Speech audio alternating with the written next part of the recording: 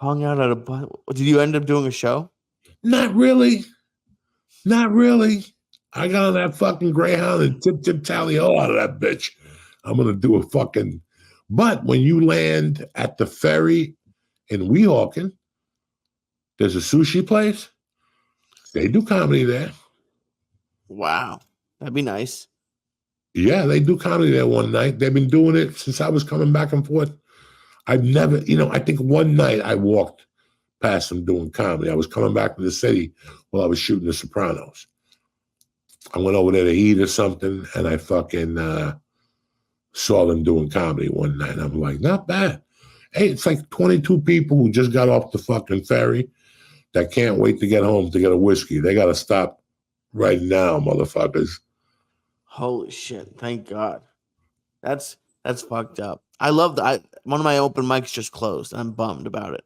It's like one of those local. I love local bars. Local little. Yeah, it's just fun.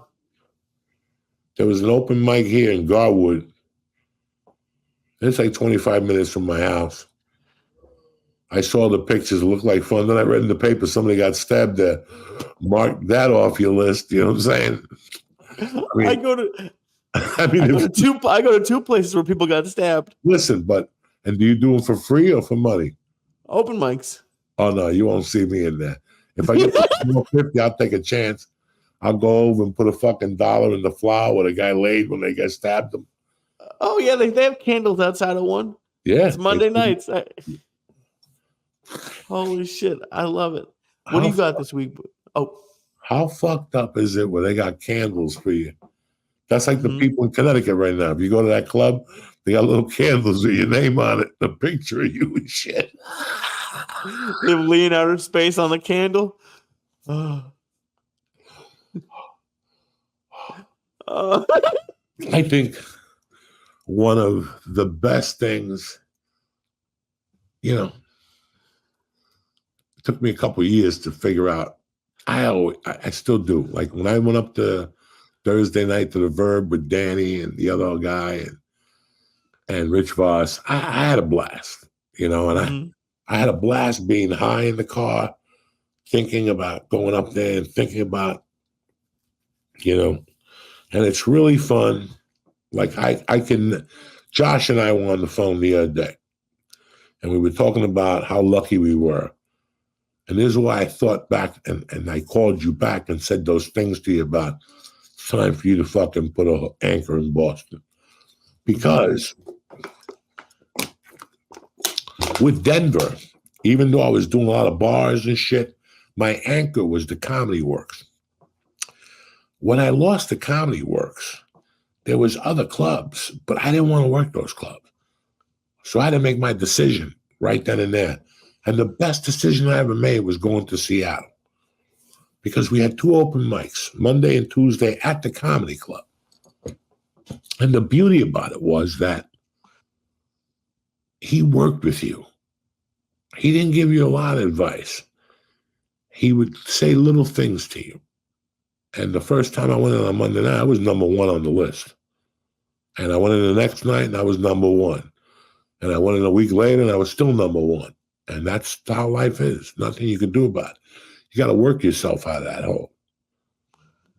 And I would work myself. And I still remember being number 6 and going, far. Look at Uncle Joey, number 6 and shit.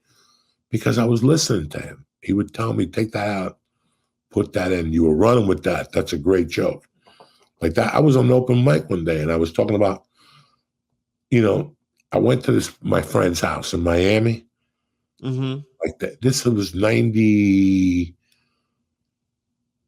like 97, right before I was going to leave Seattle. And I pulled a Lee and I took a week in fucking Davie, Florida. Davie, Florida. Nobody even knows who Davie, Florida is. Well, I'll tell you, it's where the Dolphins practice.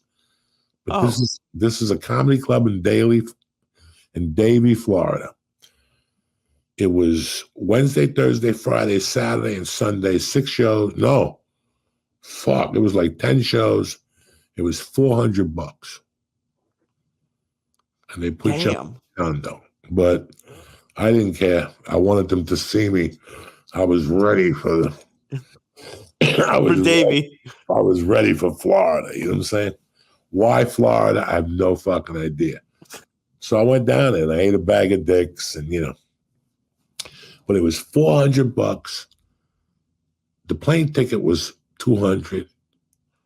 The cab, they didn't pick you up. No. They didn't pick you up and no. See you at the condo. Then you went to the condo and there wasn't a key. And you didn't have enough money to fucking take another cab. So you got to walk to the comedy club in 90-degree weather to get the key and then walk back to the club with your suitcase and a leather jacket because you just flew in from fucking Alaska.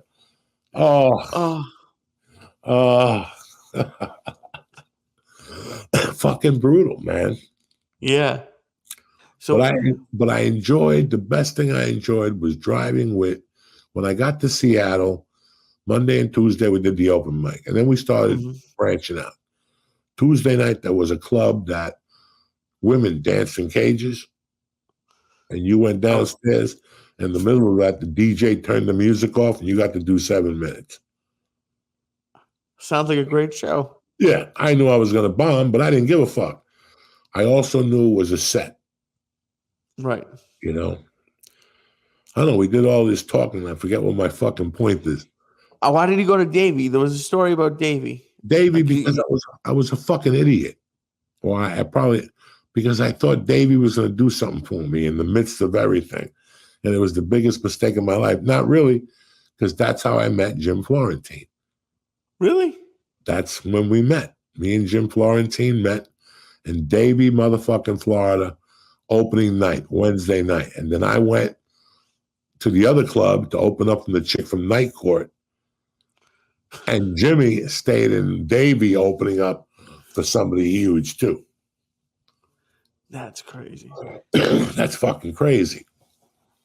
I'm in that place. Like I would love to do Davie right now. No. Like I know. Davie, no? There's no club in Davie no more. Maybe like the Florida Gator house and there's seat 80 people. You don't need that in your life right now.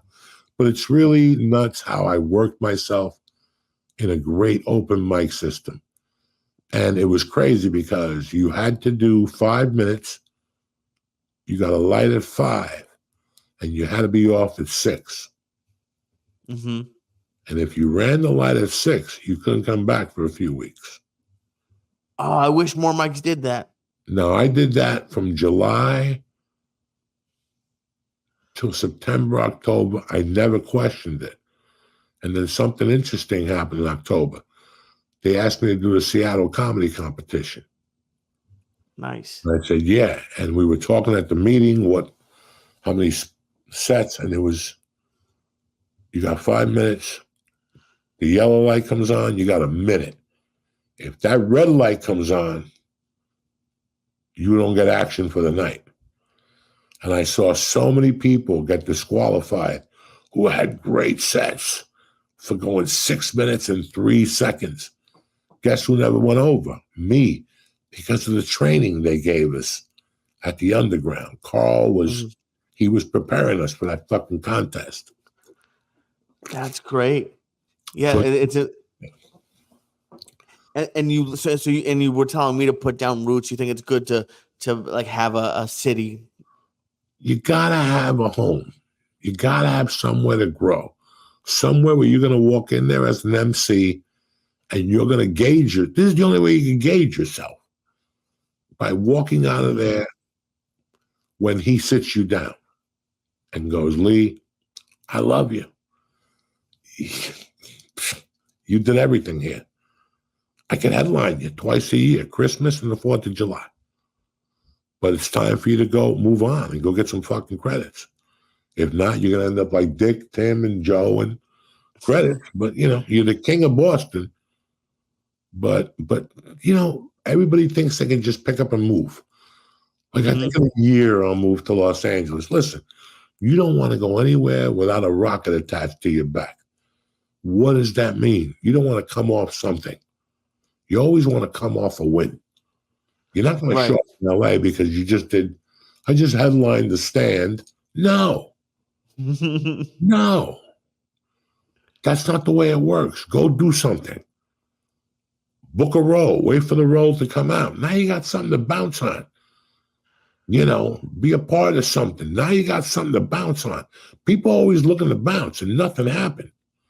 If you're in Boston, Lee, you get picked to do no more. They went out of business, Montreal Comedy Festival.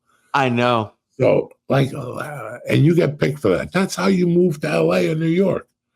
Right. Now you got a manager. Now somebody's going to come up to you and go, Lee, where the fuck have you been all my life? I'm looking for the next Woody Allen. And you just walked into the room. You're fucking. Okay. It's because I is that what pull a Lee means? Is like just like be not in a bad way, but like not over anxious, but like over eager. Like, because when you said you pulled the leave and went to Davey, like I'm the one who would be like, oh, let's move now. It was it was the dumbest move in my life because there was nothing there with it. I wasn't accomplishing nothing. I was just getting a feature spot in a B room. Why would I spend $400? Why would I spend $200 to get there? Nothing was going to happen in my career. I would have done better by doing 10 spots in town. Okay. Or maybe doing a triple run or something, There's no need for that right now. You're just going down there for air. Let's pretend you kill. Okay. What are we going to bring you back as? A feature? A feature for $400. Again, so now you're going to come back, but you're going to ask her, what else is there around here? Mm-hmm. And that's the positive thing. But not really, because now she's going to give you another lady who's going to pay you $400. And the only good thing about that is it's one plane ticket works for two. Right. So you save there, but where are you going to stay on Sunday, Monday, Tuesday? The bus station. It's always a fucking by the way, cocksucker. Have a great week. Thank you, buddy. Motherfucking Vegas. I'll be around this week. I'm going to surprise these cocksuckers. Oh, and fuck yeah. That's that, baby. I'm ready to go. Tip top Magoo. It's going to be a good week. And guess what? Next week is April. Ticking right along. You can tell I'm high already because my eye is stuck. I got that one little diabetic eye. It goes down. And I enjoy breaking my year up. I'm very fortunate that I don't have to go on the road every week and I carry my fucking luggage and be in Philly right now, or be in some place that's going to get snow and get caught there on Sunday. I've worked for that, and I like that. I get lucky from time to time and somebody calls me and for a week, I just avoid doing stand-up. I don't even think about it. You don't miss it? No, I went on stage Saturday night. Oh, okay. But I didn't have to. Sure, I miss it. But it's great to know I don't have to do it. Mm-hmm. That for a week I could just go home and go to sleep and just do this movie. Do you think maybe your stand-up would get better from taking a little bit of time off? Everything needs a week off. Yeah. Everything always could use a week off from time to time. I'm not saying all the fucking time, but everything. And I got on stage Friday night in Vegas. Saturday I went to the fights. I started the movie Monday, so I didn't get on stage all week till Saturday. And my set was a disaster Saturday night. What happened? At the Long Beach. It just wasn't, I just wasn't, I caught on a little bit and I threw some heat at them, but I had lost them and that was it. But I enjoyed doing it. This week I'm at the store tomorrow night probably. Okay. I'm at the store Thursday night. Wednesday we're at the Laugh Factory. Saturday I'm at the store. So, no, I like doing everything. I like that. We were talking about doing a podcast 5 days a week. Yeah. It's the law of diminishing returns for me. I don't think it'd be good. Because I think after 6 weeks, I would start to diminish. First of all, by Thursday, the podcast would go off a little bit. Friday, we'd just be fucking calling through the shots. And I think that after 6 weeks of doing it 5 days a week, I think even Mondays would start being pitiful. That's why I have never attempted, and I wouldn't want to. If somebody came at us and threw a bunch of money and said, do it 5 days a week, I'd have to get some other help or another writer. I know that I could only fulfill 2 days of that. I don't want to talk any more than that. I really don't want to go 2.5 hours, fucking hours than that. So it's the law of diminishing returns and everything, especially for me. I know that. We could do 2 regular ones and a sport one and call it something else. I'd rather just do it the way we're doing it. I have a good time. I end up missing it. Saturday? Sure. That's why I called you for yesterday. I was a little high last night. You were very high last night. Oh, my God. And I couldn't even tell you hit it well. It was just one of, all right, so Saturday, I worked Saturday. I was supposed to go to Felipe's wedding, for you people asking. I never made the fucking wedding. I heard the wedding was spectacular. You get leftover vegan food? No. Tupperware vegan cake? You know, we got that rain Friday, so it pushed us back.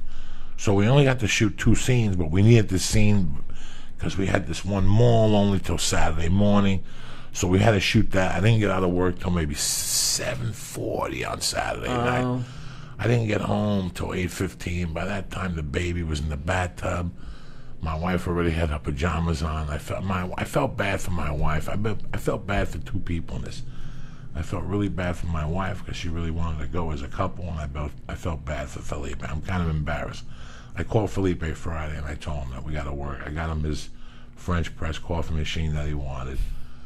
But I felt really bad. But I wish him the best, him and Lisa. Yeah. The best. You know, they're fucking family. Felipe's done a lot for me in the last 15 years. Yeah. So what happened with the Auntie Dolores?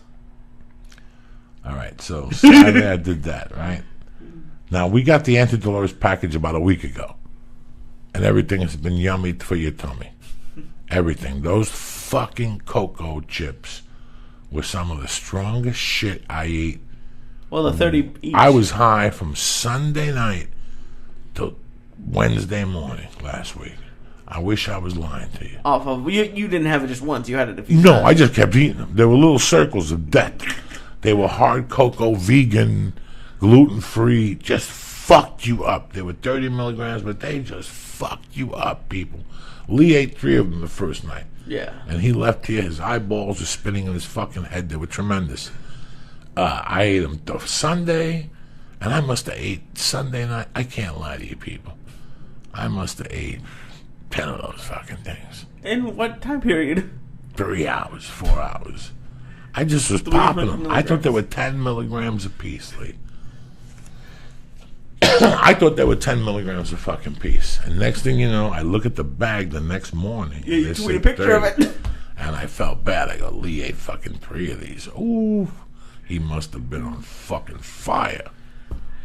And yes, I was. So, all right. So I ate them till Wednesday. And Wednesday, I said, let me give him a breather.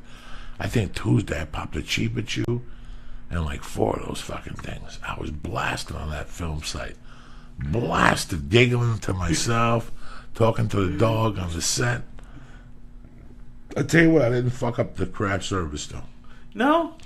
Every day, want me to tell you what my only cheat is? What? 1 piece of Twizzlers licorice. That's it? That's not it. even that bad. No ice cream, no pudding, no nothing. I eat the chicken. Okay. Today I had the pasta with no meat and the salad. That's nice. You gotta try. If not, you're a fucking animal. It's not the best craft service anyway. Right.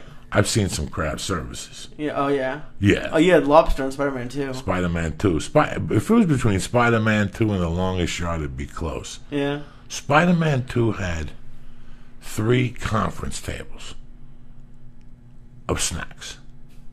Do you understand me? Like 3 conference tables. Like 1 table is just cold cuts, every type of bread, peanut butter and jelly, mayonnaise, mustard, and there was a chick just stocking cold cuts, roast beef, Swiss cheese, ham, salami, all different types of salami. There was 1 table with smoothies, and there was 1 table with chips, chocolate, you name it. Yeah. This shit was crazy. They had a bucket with gallons of juice, and I would steal the pomegranate juice and put it in my bag and go to my trailer and come back and drink all the pomegranate juice on the table and mingle. Hi, how are you? Because 15 years ago, 10 years ago, pomegranate juice was before coconut water. Fuck yeah. Pomegranate juice delicious. was huge. It's huge. And I used to fucking drink it, but I was paying like $3 for a container for like 10 ounces. Also, I get the Spider-Man 2, and they got the gallon out. They got the half gallon. I don't think I've even seen the gallon. I was half gallon. I'm sorry. Half gallon. I was clipping those things. I could see the lady was like sweating. Who the fuck is taking my pomegranate juice? Fuck That's it. hysterical. I found out something new you don't like. Why don't you like lamb? Lamb is delicious. Oh, Jesus Christ. My mom made lamb, and he was like, "Oh, you can have lamb, cocksucker." Oh, Jesus Christ.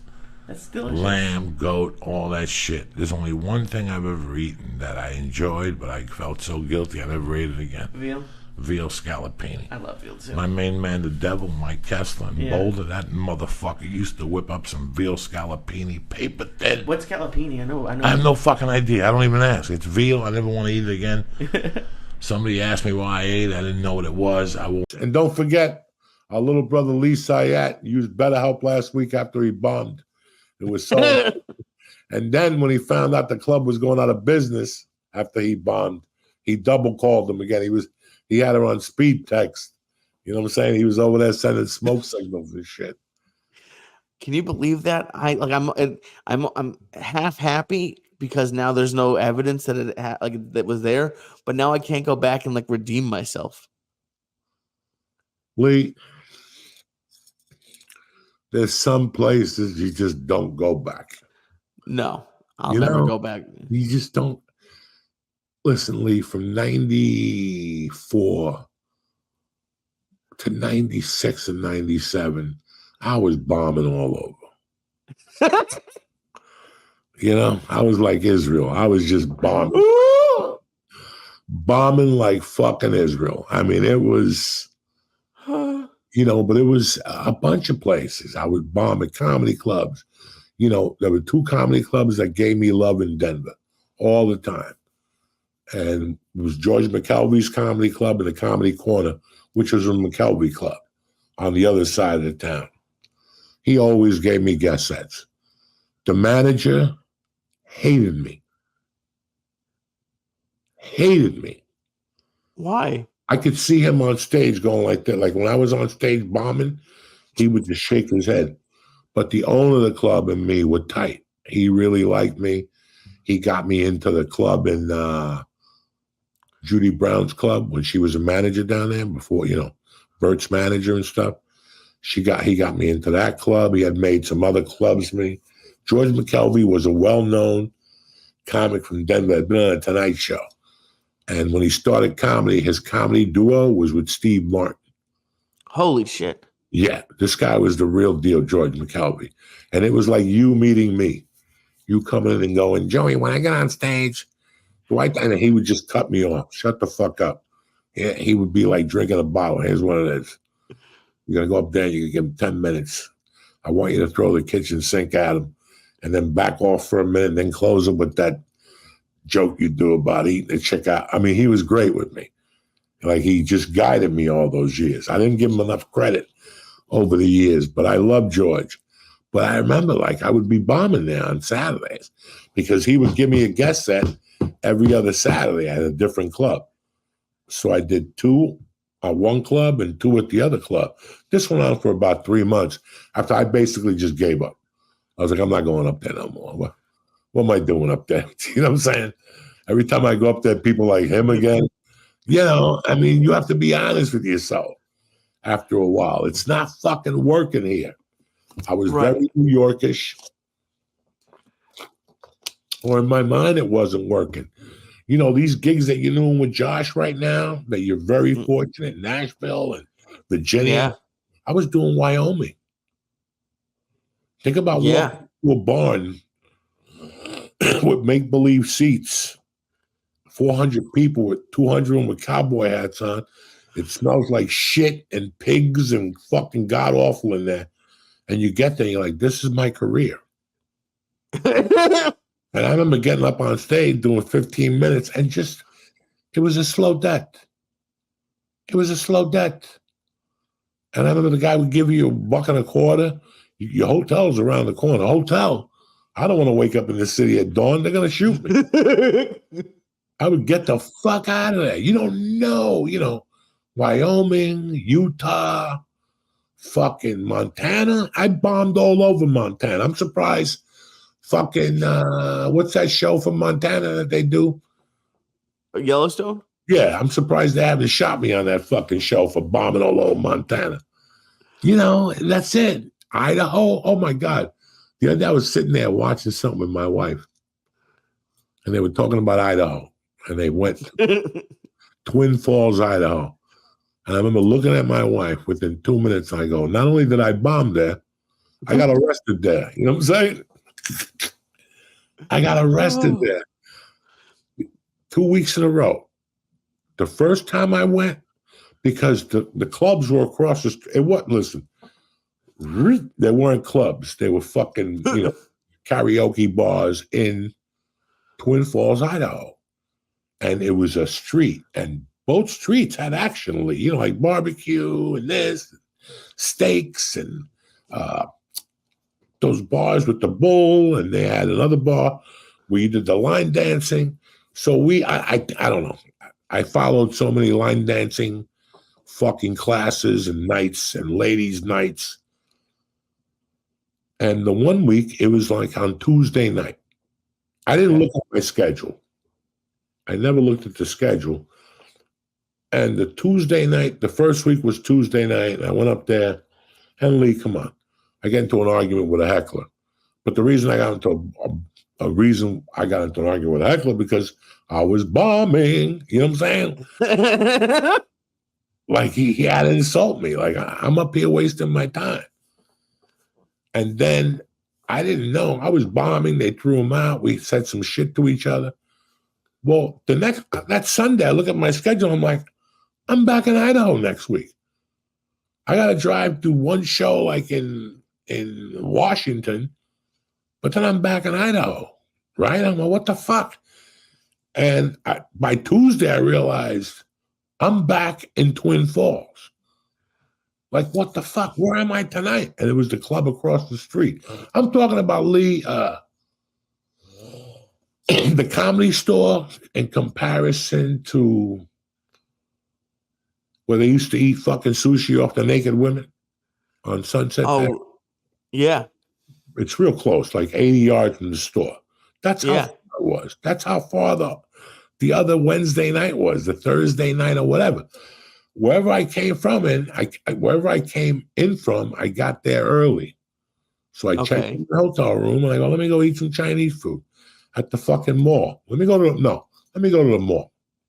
Right. And I go to the mall and I'm at the food court and there's one of those Chinese joints. And I get you're getting $75 a night, Lee. You're not getting the lobster Cantonese. You're going to get the fucking bowl with the noodles and you're getting them for everything for $8.99. While you're eating the chicken, it's not chicken, but fuck it. It is what it is. It could be a goat. It could be some kid's fucking turtle. And the motherfuckers that I got the beef with walk up to me at the mall. Oh, no. Comedian from last week. Whatever. Anyway, I hit him with the tray, and the Chinese food got stuck to his head, and I got arrested. The cops caught me running in the park, and I got put in jail until fucking the show started. At 9:01, the fucking booker had to send bail money, and the other comic had to come pick me up. I was bombing all over the fucking place, but that wasn't going to stop me. I knew that the more numbers that I did, I'd get to where I'd have to be. I didn't know it'd be 10 more million fucking spots. And I know it's not something you recommend, but how good did it feel to hit him in the head with the tray? Tremendous. It was, at that time, it was perfect. I was going through a divorce. I was broke. I was shoplifting my way across country, and I was doing and I had a fucking car with the axle was fucked up, and I had a radiator that blew up every 800 miles. I had to fucking put that little metal stuff in the radiator that would grip again. Come on, man. Those are those are the best times of my life when I look at that shit. When you're driving a car like these people, only use the spare tire for 50 miles. Motherfucker, I use that spare mile through states. What? Plural, states. Ooh, who shot that gun? States, you understand me? Yeah. Ooh. Oh my God. Did you just shit yourself? Like that sounded like not as like that sounded a little. It wasn't a shit myself. It was a little gas that came out of my asshole. That didn't sound like a little gas. I had a protein shake. Oh, I hate you. Why do you keep drinking those things? Because I didn't have time to eat. I had a protein shake with some raspberries. I put some raspberries with some coconut water, a couple ice cubes, and 2 scoops, 7 points of protein. 45 grams just to get it in there and shit. But every time you drink those things, you fart nonstop. That's the beauty of it. I'm preparing myself to be in social settings. I love it. I wanted to ask you like a quick comedy question. Like when I changed up my set this week, I did like a 2-3 minutes on Nashville, and I've seen like comics do that a lot, and I've never did it. Like, do you recommend writing something on like the city? Always, Okay. always, always. And I'll tell you why. It shows the audience that you made a commitment to find out about their city. When I was young and balls and, I loved getting to a city early, even though I had Yeah. to sleep in my car and then take a shower at a hotel until the hotel let me check in there for the comedy club. I did that a lot.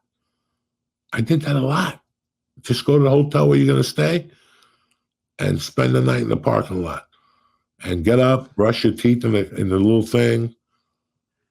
Tell the clerk, I'm going to be in here in about an hour. So I'm going to go to the bathroom and do my thing. And then you go out and you look at the day until 2, until you can check in. Trust me, it's a long day when you got to kill 5 hours and all you got is half a joint and $18, But you find stuff. And then all you got to do is read a paper. Mm-hmm. And then I'm going to give you some inside stuff here.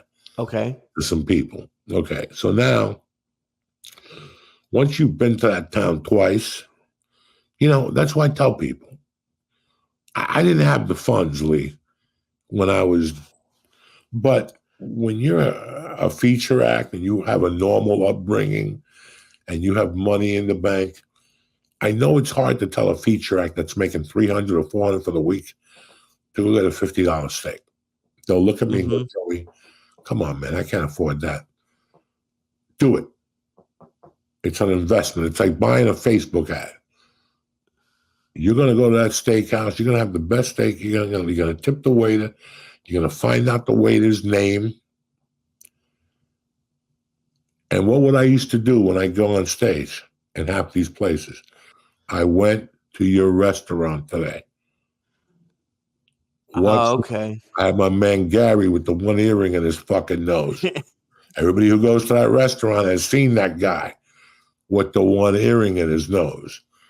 And talk about it. Give your opinion on it. How many times were we in Austin together or anywhere in Texas? I always opened up with Katrina and the shrimp and, the gumbo. I always talked about gumbo in any part of Texas, Louisiana. You have to connect. Find out who's got the best Jew food in town. Let's go. Let's get an Uber down there. Now, when you go to that town, you can talk about pastrami. You can talk about this. When I go to Cleveland, I go get pastrami. So now when I'm fucking Ribens, whatever the fucking name of that place is, now before I go to that town, I'm telling you, I'm excited to go there. That connects me with you. You're like fucking Joey said on the Rogan fucking podcast that when he comes to Indianapolis, he's going to go to fucking Mortovan Burgers, whatever the fuck, Michael Jackson Burgers. I don't fucking know. Right away, that lets you know that you appreciate the area. Right. Which I do. I wouldn't talk shit if I didn't appreciate your fucking area. So that appreciation, like I went to Nashville once, and it was the week the man got caught sucking somebody's dick in the cemetery. Something 5-6 years ago. That's a thing? People were talking about it. And I'm watching this going, look at these nice white people. What's the word to say? They're coloring. Gossip? No, they're not gossiping. Not at all. It was a current event, and they were just discussing it, but they were covering up blowjob in the best way they could. They had sexual contact. Everything they could spin. Do you follow what I'm saying to you? Yeah. Who knows what they were doing? Blah, blah, blah, blah, blah, blah. Everybody knew what the fuck they were doing. Just say it. I don't know what they were doing, Boom. Fucking go up there on stage and say what you think. Give your opinion on it. And in the middle of my act, at the 12-minute mark, when I don't need any help, I don't need a fucking Nashville joke. Right. Doing good on my own. I threw it out there, and I saw people fucking kicking tables over. That's because it had just happened. It happened like Tuesday, and I got there on Thursday. And all these things you talk about by going to the local diner, going to breakfast at a place. Go over there, drop the $10. You're going to hear shit. That's going to give you material. Why are you saving the $10? Because the hotel's going to give you those fucking eggs made by some chick with a missing finger. Just drink the juice, get the free cup of coffee, and go down the fucking road. Steal a donut for later. Go down and listen, I eat the hotel breakfast, but I also go out to breakfast one day if I'm there for 4 days. How many days you going to eat the hotel? How many days you going to eat Cheerios and that fucking egg? You know what I'm saying? You don't even like Cheerios. Nobody likes Cheerios. I don't care if you got a half a heart, you won't eat fucking Cheerios. How many days? I can just see you yelling at me at that. Like, how many days you can eat Cheerios? Like, how many fucking days you gonna eat this Raisin Bran that's 2 weeks old? How many fucking weeks? You got to do something. You got to loosen up. Let's go get some Hueros Rancheros or something. Something. A grapefruit. I don't give a fuck. Right. Okay. Would you try to change it up every time? Because you can't do the same joke the next year you go to the city, right? No, but you went to a different restaurant. Okay. You went to a gay bar. You went to a bar. You went to a museum. You drove by a school. You know, these are all the things that when you go into an area, you grab that energy, man. And I know you're looking at me going, what the fuck? This is Joey Diaz who fucking farts. And there was something about that. And then I remember going to these cities now as a feature act. Okay. And $600 for 6 shows. And, you know, in the back of my mind, I already got an 8-ball bought. So I'm clearing $350. The plane ticket was $150 to get down there. What am I clearing? I'm not clearing dick. Yeah. So what am I going to do? You want me to pay my light bill with that last $100? Fuck the light bills. I got to back up on candles. Fuck it. Go to a restaurant. Okay. Go to a nice lunch restaurant. You know, they have a lunch special. Talk to people. Where are you from? I'm from California. No shit. My girlfriend from Hollywood. No, come on. Yeah, she used to work at the Comedy Store and she sucked dick in the Valley. Oh, I know her. You know, and next thing you know, you need weed while you're here? Fuck yeah. Oh, let me come to your show tonight. Boom. And you're learning about that area. I learned so much about Houston, Beaumont, Texas, Dallas, Texas, El Paso, Texas, fucking Austin, Texas, you know, Baton Rouge, Louisiana. It was just so many of them. Places I would have never gone to if it wasn't for comedy. Las Cruces, New Mexico. First time I ever went to New Mexico was for comedy. I thought I was going to get killed. You know, fucking Arizona. I went to Arizona in 84, but the next time I went was to do comedy in Tempe, like, I don't know, 15 fucking years later, you know. And you just, you know, I had Greasy Tony's in Arizona. The fat guy from Jersey who didn't sleep, who put speed in his Mountain Dew. You know, we had San Francisco. It's just such a beauty to travel after a while as a comic. I love it. And to have your roots in that city, especially as a feature act, you have more freedom. It's not your week. It's got nothing to do with you. I'm just doing 25 minutes and I'm out of there. I'm not hanging out with this fucking stiff telling me about his agent and some movie he's reading for. I need this. He doesn't want me. I'm not supposed to see what the city. I mean, if the guy likes you and he goes, come out with us, Lee. Yeah, you go out with the headliner. But if not, you're working a bitch from the minute you get to that club at 8 o'clock. You know, as soon as you get off the stage, you're hanging by the bathroom, making believe you're watching a comic. But you're waiting for broads to come out and go, oh my God, you were so funny. Really? You want to swallow my sword? And Oh, good, you know, you're rocking and rolling. You're going back to the girl's house. She's got girlfriends. She's got a boat. This is part of being a comic. Right. You gotta live. This was what my problem was before I left LA. I wasn't living. I couldn't. Right. I couldn't. Now I got 4 years of stories to tell. Right. I got 4 years of shit to tell. I ran out of shit. How many times are you gonna hear the same fucking shit? For 4 years, I'm a different person. It's a different life. It's people wouldn't even believe the shit I see now. And what I see every day in front of me, I'm looking at a young girl growing up.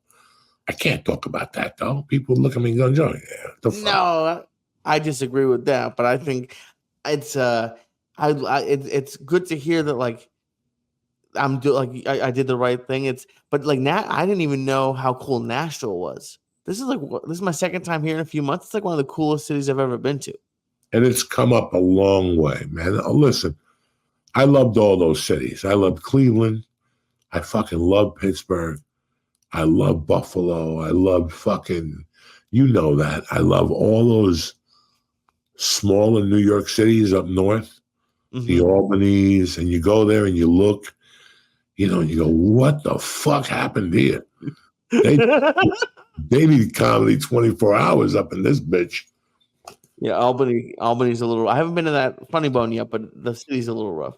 I still remember taking like an overnight bus and waking up in one of those towns. I don't know where it was. Albany, Syracuse. No, it wasn't Syracuse. Rochester. And they had like an overnight. And it's like 7 a.m. And I'm just, you know, trying to get, they always sold like coffee. They always sold like the chicken soup in a cup, the bouillon for a quarter. It's freezing in there. You're drinking bouillon and shit. Like the other pedophiles at the train station or the bus station or whatever the fuck it is.